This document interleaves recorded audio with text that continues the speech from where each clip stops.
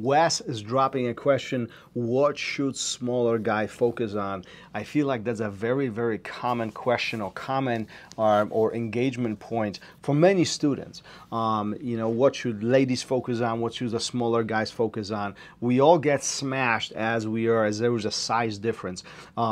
Listen, in my mind, smaller guys and girls, you guys should be working on phenomenal defense mechanisms, phenomenal escapes, having a proactive approach to guard retention. There's nothing more frustrating than phenomenal guard retention.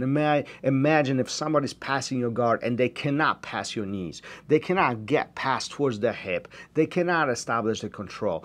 It doesn't matter how good or how powerful they are. If they are unable to pass your knees, mind-blowing, right? So how do we get there? Well, one is understanding how guard passing takes place, understanding how escapes work from a mechanical perspective, not only memorizing steps for individual situation, really understand the mechanics of it.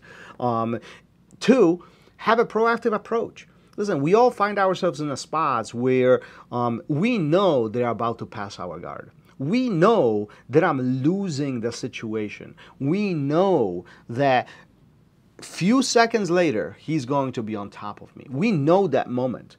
Often, we hold on to it for way too long. What I mean by this, I call it like a survival mode. We try at any cost, physically push and get them off of us, versus really understand where the loopholes are, and can I maybe not resist and using his motion forward for me to slip out to the back, or maybe I can roll away, hip away, move out, move in. Find the ways where we can really manipulate the situation to our benefit. Now, see, this is what phenomenal guard retaining players do.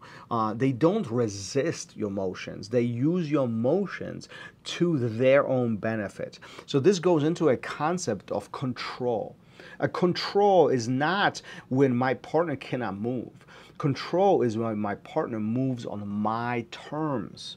Now, that's a very different way of thinking about it. I'm not trying to hold on to my partner. I'm not trying to squeeze them or push them away.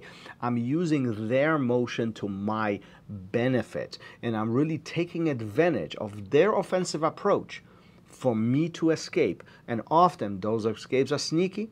Often those escapes are just slip outs through the back, through the sides, and so on. And because we are talking about smaller guys here, often those sneak outs and slip outs are by far easier to achieve, simply because smaller guys find small spaces. And small spaces are beautiful.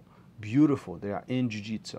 Look at historically, or even in the present time, a lot of the phenomenal Jiu Jitsu players from a competition perspective, well, they don't resist. They can't resist guys who are twice their size, but they manipulate the situation where they can easily maneuver their body and benefit from the small spaces and small entries, small openings. They slip out. Often they attack the backs. Often chokes are some of their favorites. Well, this is where this beautiful art of Jiu-Jitsu continues evolving and continues exploring. So if you're a smaller guy, it's not about you getting smashed or not getting smashed. Find small spaces, find the exits, find the loopholes in the system, and I guarantee you there's nothing more annoying than phenomenal guard retention. Peace.